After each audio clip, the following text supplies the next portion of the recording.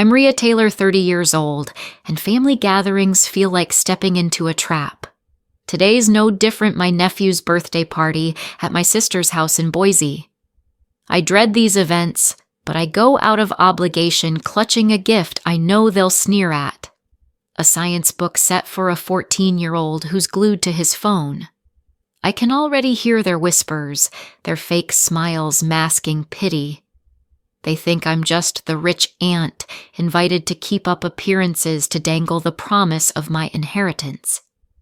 But this time something snaps. I overhear them at the party mocking me, saying, I'm only there because they feel sorry for me. Their words cut deep, exposing their greed. I'm done playing their game. Tonight I'll make a choice that'll turn their world upside down, showing them who really holds the cards.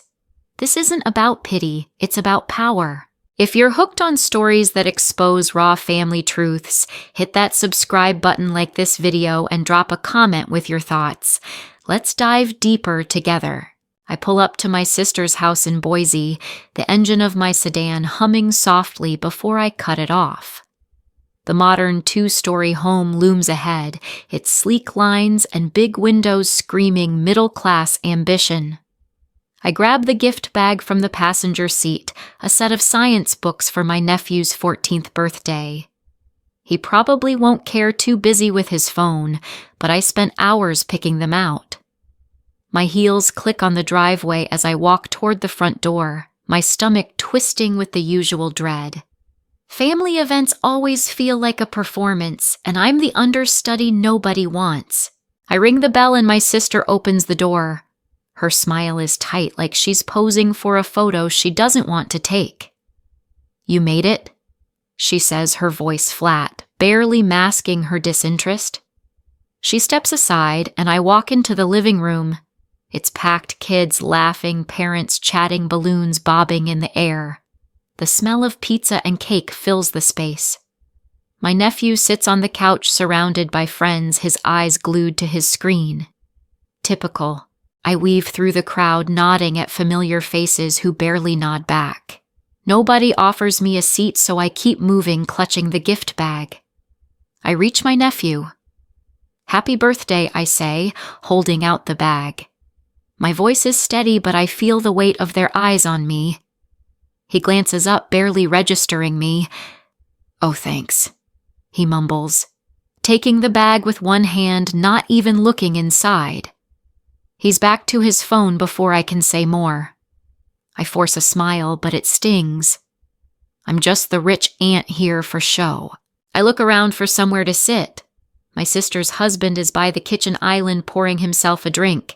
He's tall with a salesman's grin, holding a glass of what looks like cheap whiskey. Hey, you're here, he says, his tone overly cheerful, like he's trying too hard. Want a drink? Got some decent wine. I shake my head. I'm good, thanks. He shrugs and turns to talk to someone else. I'm invisible again, just like always. I find a chair in the corner and sink into it, setting my purse down. From here, I can see the whole room, kids running, adults gossiping, my sister flitting around like the perfect host. I'm not part of this. Never was. Growing up, I was always the odd one out. My parents left me their estate millions from their real estate investments. My sister never forgave me for that. She thought it should have been split evenly, but I was the one who stayed, who cared for them until the end. Now I'm the outsider they tolerate for the sake of appearances. The party drags on. My nephew opens gifts, a new gaming console designer, sneakers, a fancy watch. My books sit untouched on the couch, ignored. I feel a headache coming on the noise and fake cheer overwhelming. I need air. I slip out to the backyard where the evening breeze feels like a small mercy. There's a patio with string lights, a fire pit glowing softly. I sit on a bench near the fence, hidden in the shadows, and try to steady my breathing. Then I hear voices. My sister and her husband are on the patio near the grill, unaware I'm here. Did you see what she gave him? My sister says, her voice dripping with scorn. A bunch of books. Books, she's sitting on millions, and she brings that. Her husband laughs low and mean. That's just like her, always acting like she's above us, but too cheap to prove it. I freeze, my heart pounding. I should leave, but my feet won't move. I need to hear this. Why do we even invite her? My sister continues, her words sharp as knives. She's so out of place, always looking down on us. We only do it because people expect it. Poor little rich girl, no family, no friends, pathetic. Her husband snorts. Yeah, it's pity. We're doing her a favor, keeping her from rotting alone in that big house. But don't worry, it's worth it. That money's ours when she's gone. My breath catches. Pity. That's what they think of me. I'm not family to them, just a paycheck they're waiting to cash. She's so clueless, my sister adds. Thinks we actually care. I bet she doesn't even have anyone else to leave that fortune to. We just have to keep playing nice. Her husband chuckles. Not for long. She's got no one. It's just a matter of time. Their words hit like a slap, each one tearing through me. I've always known they resented me, but this is betrayal, cold and calculated. I'm not a sister, not an aunt, just a means to an end. My hands tremble as I grip the bench, anger and hurt swirling inside me. I want to storm out, confront them, but I don't. Not yet. I slip away quietly back through the house, avoiding their gazes. I don't say goodbye. Why should I? They invited me out of pity, but I'm done being their charity case. I get to my car, my mind racing. Their voices echo in my head, pathetic, clueless pity. I've spent years trying to keep this family together, sending them money when their business tanked, showing up to these miserable parties. For what? So they can laugh behind my back. I start the engine, my knuckles white on the steering wheel. I'm not letting them win. They think they've got me figured out, but they're wrong. I'm not just the rich aunt they can mock. I'm Rhea Taylor, and I'm about to show them who really calls the shots. The drive back to my apartment is a blur, my sister's words burning in my ears. Poor little rich girl, no family, no friends, pathetic. My hands grip the steering wheel so hard my knuckles turn white. I've spent years playing the dutiful sister, sending money when their business failed, showing up to their fake smiles. For what? So they can mock me behind my back, waiting for me to die so they can cash in? I'm done. They think they've got me figured out, but they're about to learn I'm not their puppet. By the time I pull into my parking garage, my anger has hardened into resolve. I'm not letting them win. I grab my phone and scroll through my contacts, stopping at my lawyer's name. David Reed has handled my family's estate for years, ever since my parents passed and left me their fortune. I dial his number, pacing my living room. It's late, but I don't care. David, it's Rhea Taylor, I say when he picks up. I need to see you. Tomorrow morning, first thing. It's urgent. He hesitates, probably sensing the edge in my voice. Rhea, is everything okay? What's this about? I cut him off. My will. I'm changing it. All of it. There's a long pause. That's a big step, he says carefully. Can I ask why I clench my jaw? Their voices echoing again. Pity, pathetic, just a matter of time. I'll explain tomorrow. Just clear your schedule. He agrees, and I hang up, my heart pounding with a mix of rage and clarity. This is my move, my power. Sleep doesn't come easy. I lie in bed staring at the ceiling, my mind replaying the party. My sister's scornful laugh, her husband's smug chuckle, my nephew's indifference to my gift. I've always known they resented me for the inheritance, but I thought there was some shred of family left. I was wrong. They don't see me as a sister or an aunt, just a bank account. I think of my parents, how I cared for them in their final years, while my sister was too busy with her own life. They trusted me with their legacy, and I've guarded it fiercely, building it through smart investments.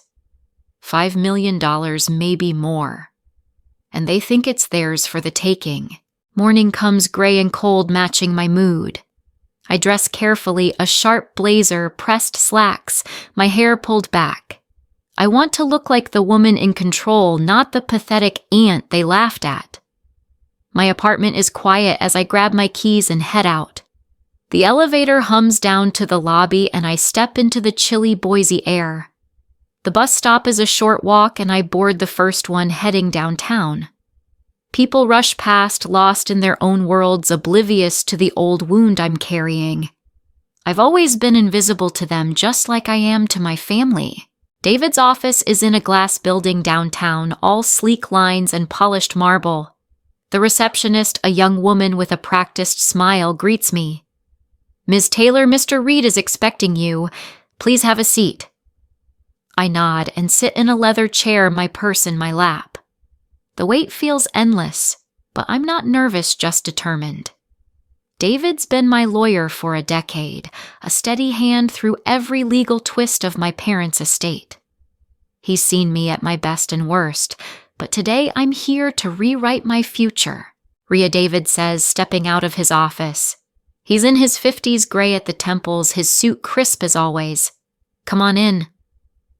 I follow him into his office, a space of dark wood and quiet luxury. He gestures to a chair across from his desk, and I sit, setting my purse down. "You sounded serious on the phone," he says, leaning back. "What's going on?" I take a deep breath, their words still stinging. "I want to change my will, David. I'm cutting my family out. Every last one of them." His eyebrows shoot up, but he doesn't interrupt. "My sister, her husband, my nephew, they're out." I continue, my voice steady. "I want everything to go to a charity. A good one, something for kids. Orphans, maybe. You pick, but make sure it's legit." David leans forward, his hands clasped. "Rhea, this is a major decision. Your family's been the sole beneficiary for years." "What's changed?" I meet his gaze, unflinching.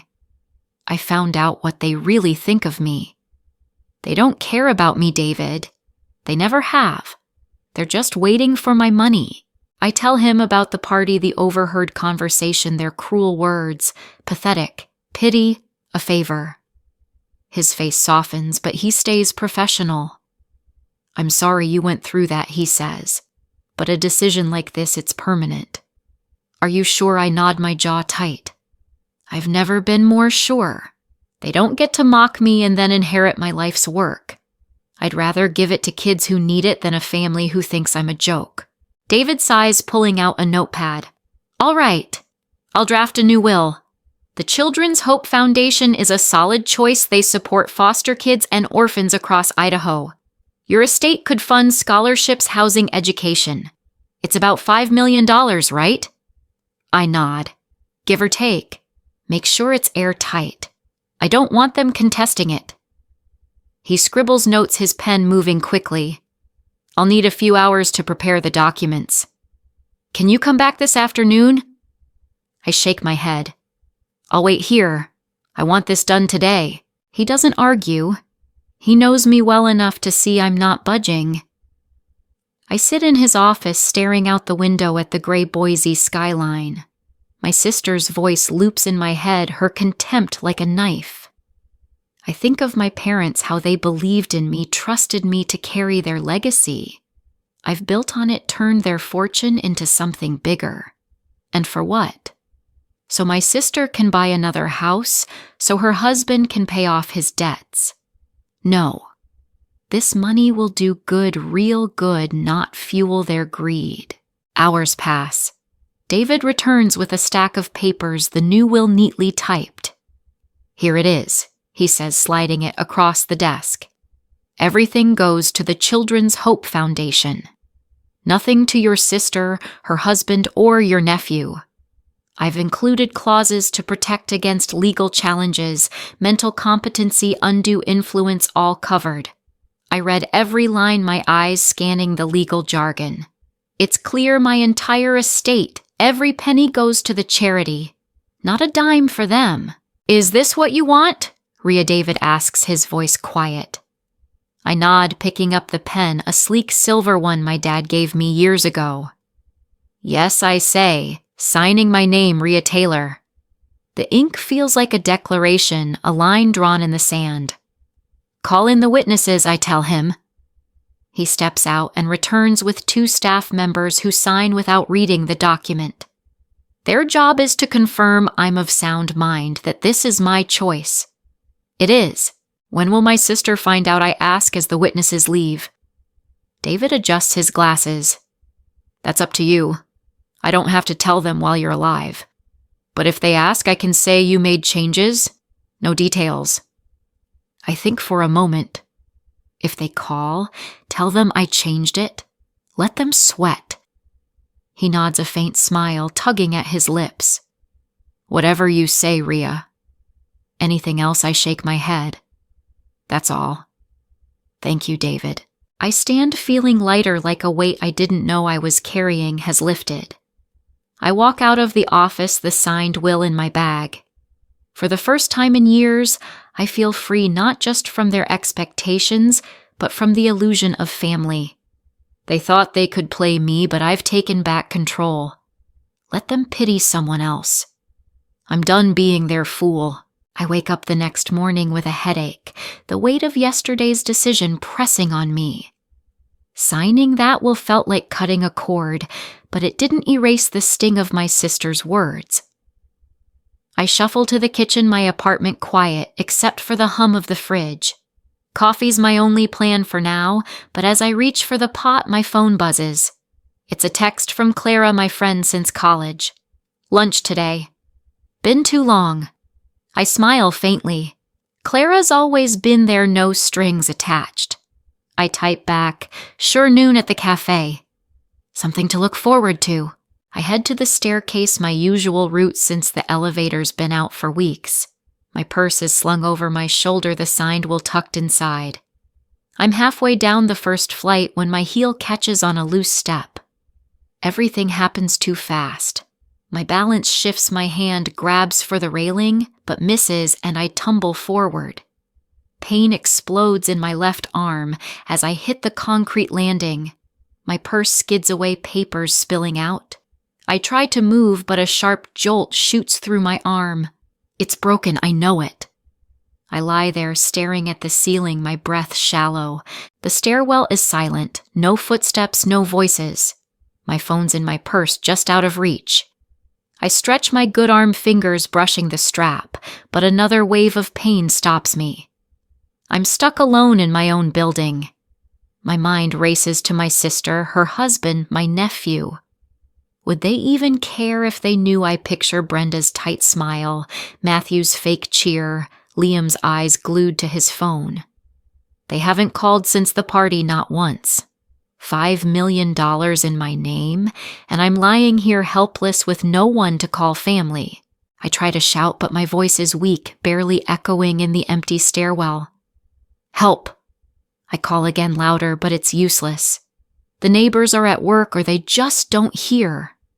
My arm throbs, each pulse a reminder of how fragile this moment is. I think of my parents, how I sat by their bedsides holding their hands until the end. I thought I'd built a legacy for my family, but all I got was their pity. Pathetic, they called me. The word burns hotter than the pain in my arm. Minutes drag into hours. My throat's dry, my body aching from the cold concrete. I'm starting to wonder if this is it, lying here until someone notices I'm gone. Who would my sister calls once a month, if that, usually to hint at money?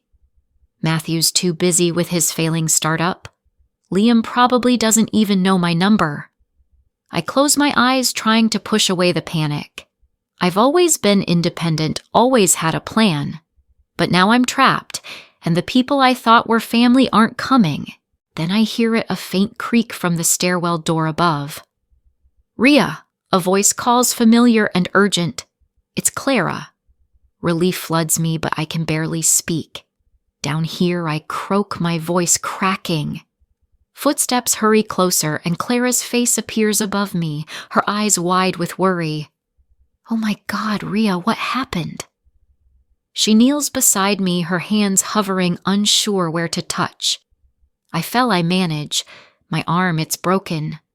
I can't move. Clara doesn't hesitate. She grabs my phone from the purse and dials 911, her voice steady as she gives the address.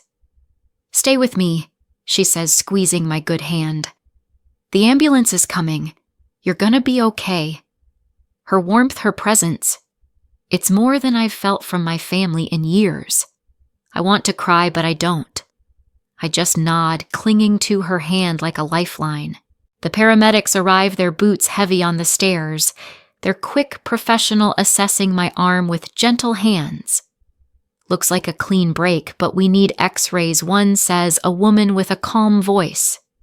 They lift me onto a stretcher and I grip my teeth as pain flares again. Clara stays close, her hand on my shoulder. "I'm coming with you," she says firmly. I try to protest, but she cuts me off. "No way I'm leaving you alone. That's what friends do." The ambulance ride is a blur of sirens and sterile smells. Clara sits beside me talking softly about nothing, her cat, the cafe's new menu, keeping me grounded. The paramedics hook me up to an IV, painkillers dulling the edge of my injury. We pull into Boise Memorial Hospital and they wheel me through the emergency room. Bright lights flash overhead, voices barking orders. I move to a cold table for x-rays, the machine clicking around me. Clara waits in the hallway, her silhouette visible through the glass. A doctor comes later holding the scans. "Ms. Taylor, I'm Dr. Gupta." He says, his tone professional but kind. "You've got a fractured radius in your left arm. We'll need to set it and put it in a cast. You're lucky, it could have been worse." I nod, too tired to ask questions. "How long?" I say. He pauses. 6 to 8 weeks for the cast, then physical therapy. You'll need help for a while. Do you have family we can call?" I hesitate. "My sister, Matthew, Liam. They're my family, but they're not here." "No," I say finally. "Just my friend Clara. She's outside." Dr. Gupta nods, no judgment in his eyes. "We'll get you settled in a room soon. Rest for now." They move me to a small, clean room with one bed. Clara pulls a chair close, her face lined with worry. "You scared me," she says, her voice soft. "Why didn't you call me sooner?" I manage a weak smile. "Didn't exactly have a choice." "Thanks for coming, Clara. I don't know what I'd have done without you." She waves it off. "Don't be silly. You'd do the same for me." She stays until a nurse comes to check my vitals, promising to return after feeding her cat. Alone now, I stare at the ceiling, the painkillers making my thoughts fuzzy. My phone sits on the bedside table, silent. No calls, no texts. Not from my sister, not from Matthew, not from Liam. I changed my will yesterday, cut them out completely, but they don't know yet. Would they care if they did? Or would they only care about the money they're not getting? $5 million, and it means nothing now. I'm alone, just like they said, but not because I'm pathetic, because they chose to make me that way. Clara's face comes back to me, her worry, her steady hand. She didn't have to come, didn't have to care, but she did. My family, the ones I've poured money and time into, haven't even checked in. The contrast cuts deeper than my broken arm. I close my eyes, exhaustion pulling me under. Whatever comes next, I know one thing: I'm done waiting for a family that only sees me as a paycheck. The hospital room is quiet, the hum of machines my only company. My left arm, now in a heavy cast, throbs under the painkillers.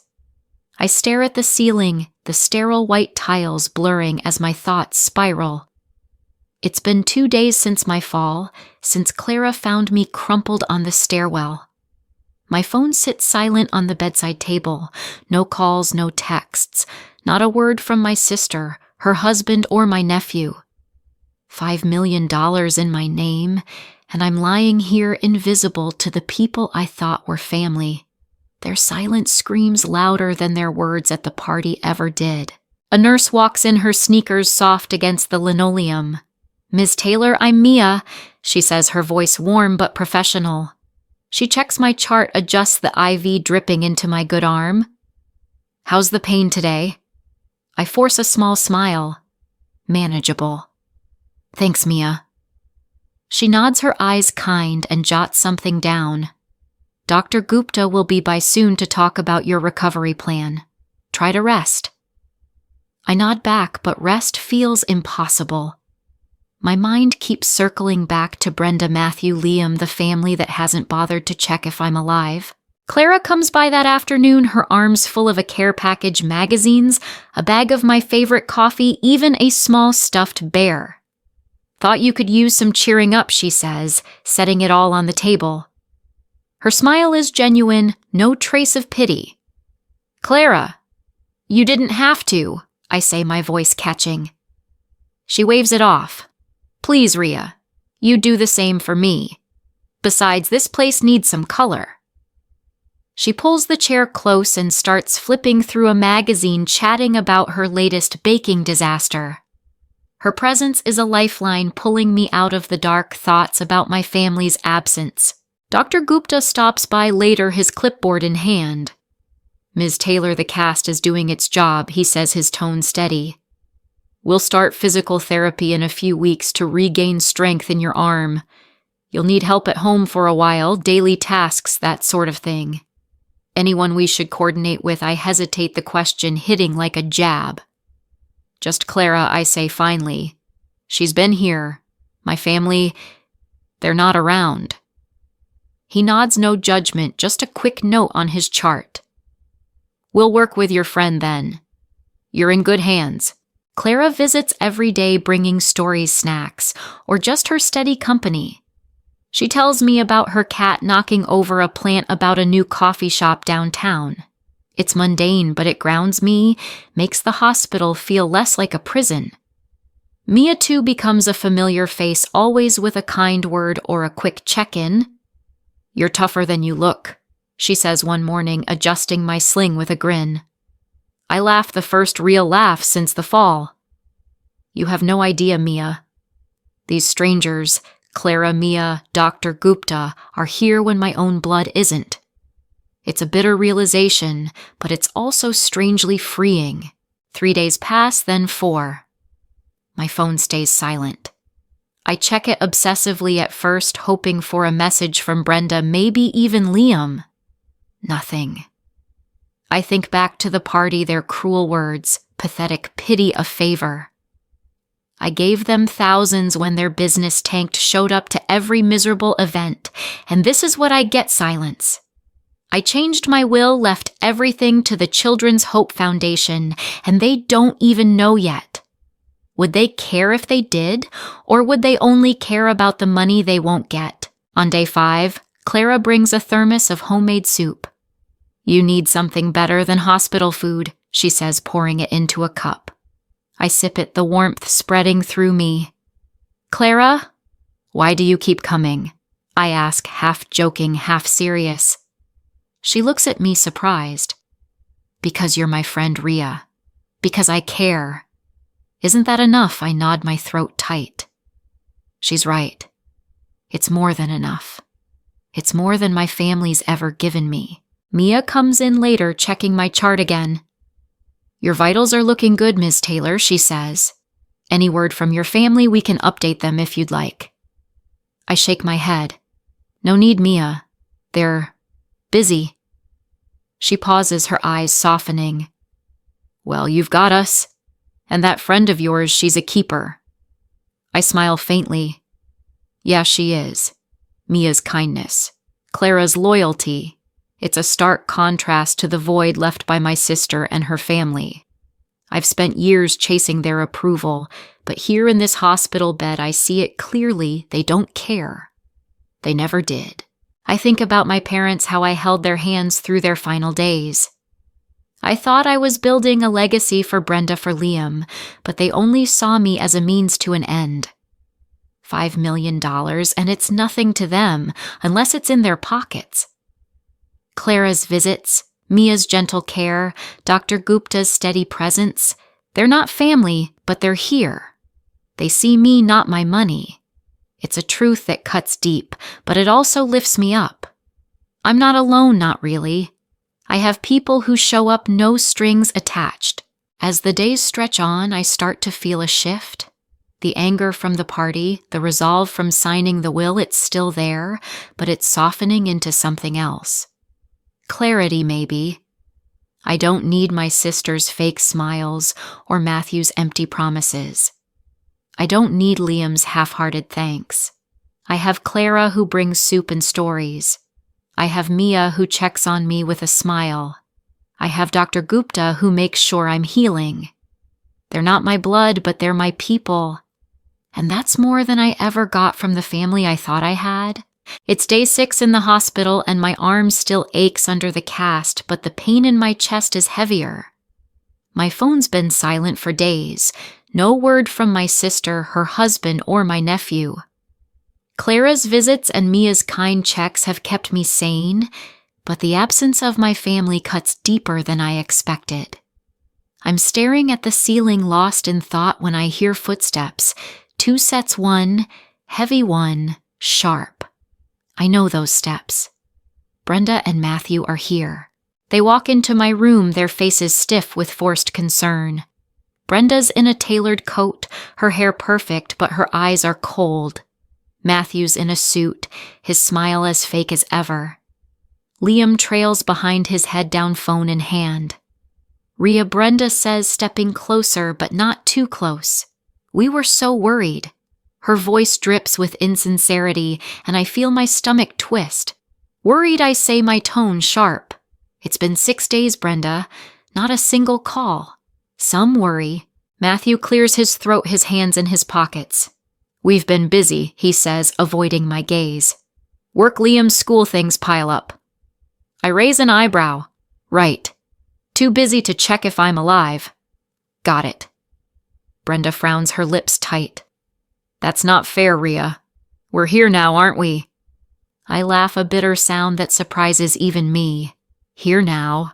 After you found out about the will, you mean? They freeze, and I know I've hit the mark. Liam looks up from his phone, his eyes wide, but he says nothing. What are you talking about? Brenda says, her voice rising. We came because you're hurt. I lean forward, ignoring the pain in my arm. Don't lie to me, Brenda. I know you called David Reed. My lawyer told me you were sniffing around asking about changes to my will. That's why you're here, isn't it? Not for me, for the money. Matthew shifts, his face reddening. That's not true, he says, but his voice wavers. We're family, Rhea. We care about you. I cut him off. Family. You call this family? I heard you at Liam's party, Brenda. You and Matthew out on the patio laughing about how pathetic I am, how you only invite me out of pity, how you're just waiting for my money. Brenda's mouth opens, but no words come out. Matthew looks away, his jaw tight. Liam's eyes dart between us, his phone forgotten. You heard that, Brenda finally says, her voice low. You weren't supposed to. I interrupt, my voice steady but cold. Supposed to what? Stay clueless. While you mock me, while you wait for me to die so you can cash in on $5 million, I'm done being your charity case. Matthew tries to step in, his tone patronizing. Rhea, you're blowing this out of proportion. We didn't mean it like that. It was just talk. I shake my head. Just talk. You called me a poor little rich girl. You said I had no one. Well, you're wrong. I have Clara. I have Mia. I have people who show up without an agenda. Liam speaks up, his voice small. Aunt Rhea. I didn't say anything at the party. I didn't know. His eyes are wet, and for a moment I soften. He's just a kid caught in his parents' mess. I know, Liam, I say gently. But you didn't call either. Not once. None of you did. He looks down ashamed, and I feel a pang, but it's not enough to change my mind. I turn back to Brenda and Matthew. I changed my will. Every penny goes to the Children's Hope Foundation. Not a dime for you.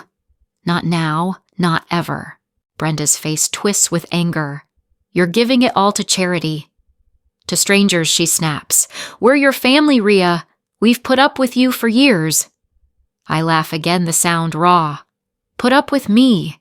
There it is, Brenda. Your true face. You didn't put up with me. You used me. For money, for appearances.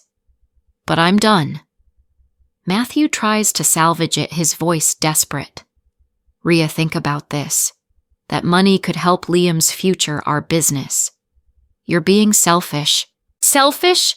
I say, my voice rising. I gave you thousands when your startup failed. I showed up to every miserable party, every fake family moment, and you laughed behind my back. You don't get to call me selfish.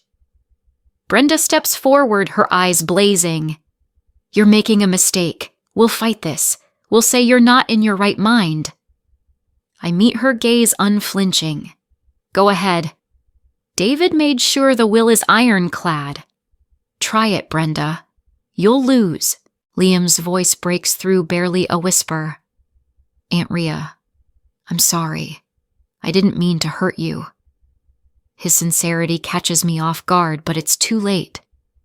I believe you, Liam, I say softly.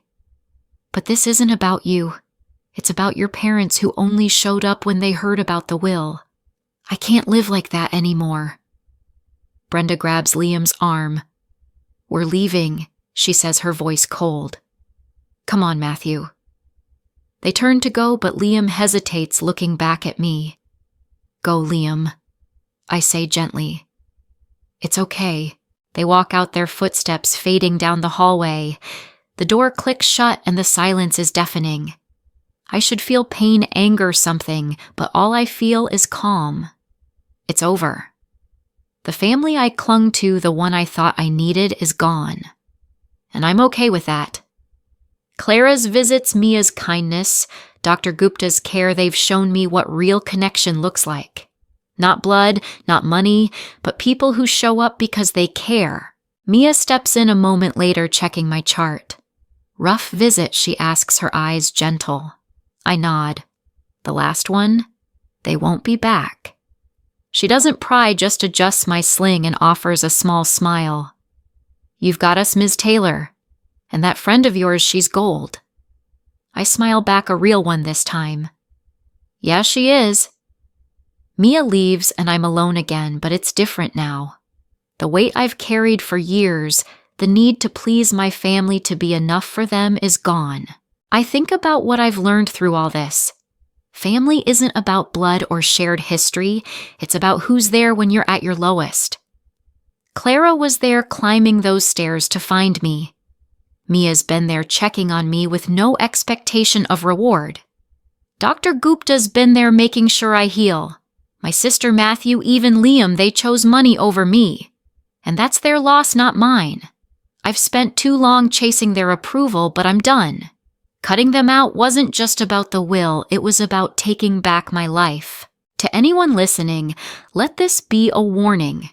Don't waste your time on people who only see you as a means to an end. Surround yourself with those who show up, who care without strings attached. Life's too short for fake love, for relationships built on greed.